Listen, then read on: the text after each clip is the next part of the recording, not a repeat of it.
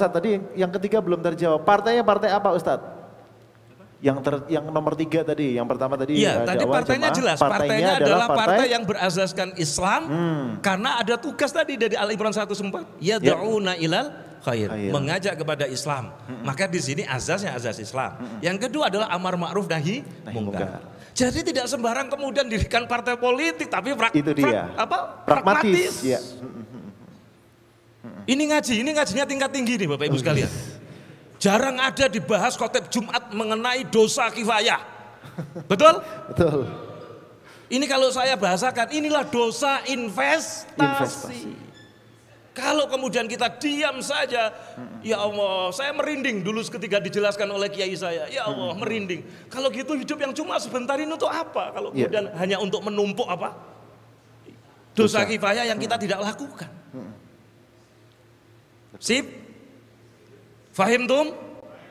Nah, maka disinilah nanti peran para ulama, peran para tokoh. Apa itu Ustadz? Apa artinya peran sebagai tokoh? Yang pertama ada 5 setidaknya, jangan catat. Masing-masing kita para tokoh tadi itu tidak boleh berdiam diri. Maka berarti harus melakukan amalan-amalan dakwah yang tadi dengan kriteria tadi. Sebuah jamaah, sebuah partai dengan kriteria tadi. Yang kedua adalah jadikan masing-masing kita ini simpul umat. Masing-masing kita harus menjadi simpul umat, rujukan masyarakat, bertanya tentang apapun persoalan hidup, tentang bagaimana Islam menyelesaikan itu. Maka tidak boleh kemudian kita terlena dengan zona nyaman. Saya kan profesor, sudah dapat tunjangan. Iya. Saya hanya cukup dengan Dewan Penasehat Perbankan. Saya tengok-tengok sudah dapat 100 juta tiap bulan. Bukan itu. Ada kewajiban, jadikan kita masing-masing simpul umat di tengah-tengah masyarakat sesuai dengan kapasitas kita masing-masing. Artinya apa jadi simpul umat itu? Kita jadi rujukan masyarakat ketika bertanya tentang apapun, kita mampu menjelaskan tentang mafahim, maqayis, qanaah Islam. Agar apa? Pemahaman, standar, penerimaan masyarakat itu kembali kepada Islam. Itu simpul umat. Jenengan semua ini sudah simpul-simpul umat, tokoh-tokoh masyarakat. Jenengan ngomong apa saja akan diperhatikan. Dan Rasulullah Muhammad akan bangga kalau umatnya sadar akan perjuangan ini. Kita ini senantiasa berdoa, kadang-kadang kita rindu sama Rasulullah. Sementara orang yang paling merindukan kita ini baginda Rasulullah Muhammad SAW. 9 hari sebelum Rasulullah Muhammad wafat, Rasulullah itu sering kemudian ziarah ke makam para sahabatnya. Salah satu makam yang sering dikunjungi Rasul adalah makam Baqi' dan makam para syuhada Uhud. Dan di tengah perjalanan Rasulullah menangis. Kemudian sahabat bertanya, "Ya Rasul, kenapa engkau menangis?" Maka Rasul mengatakan, "Aku rindu kepada saudara-saudaraku." Kemudian sahabat kemudian bertanya, "Ya Rasul, bukankah kami semua adalah saudara engkau?" Kata Rasul, "Bukan, kalian semua adalah ashabi, kalian semua adalah sahabatku. Sementara saudara-saudaraku adalah zat yang belum berwujud." Siapa yang dimaksud Rasul saudaraku? Siapa yang dimaksud Rasul dengan sebutan ikhwani? Siapa Bapak Ibu? Kita? Kok GR kita?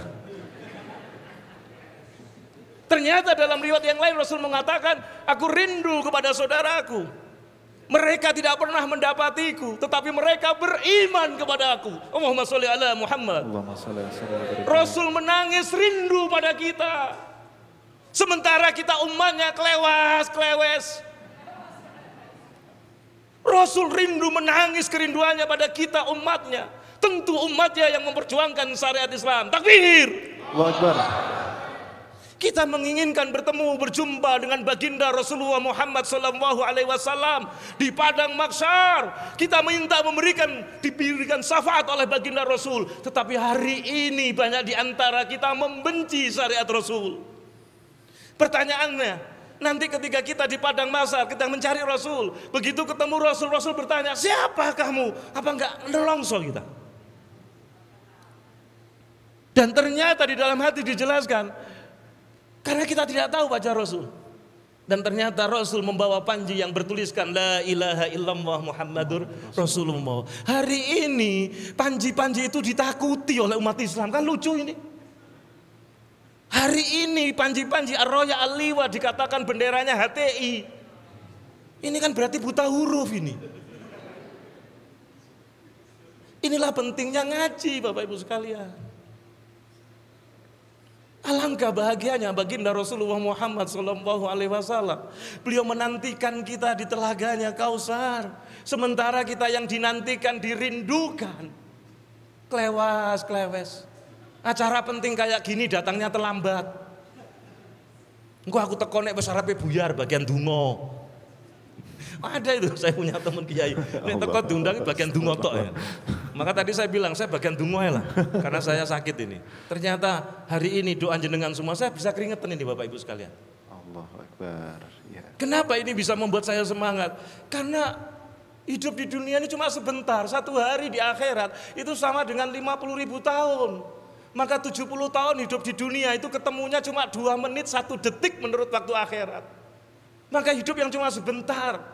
Itu guyonan arek Surabaya, gawe rokokan nang akhirat gak cukup. Lagi sak sedotan wis kiamat rek.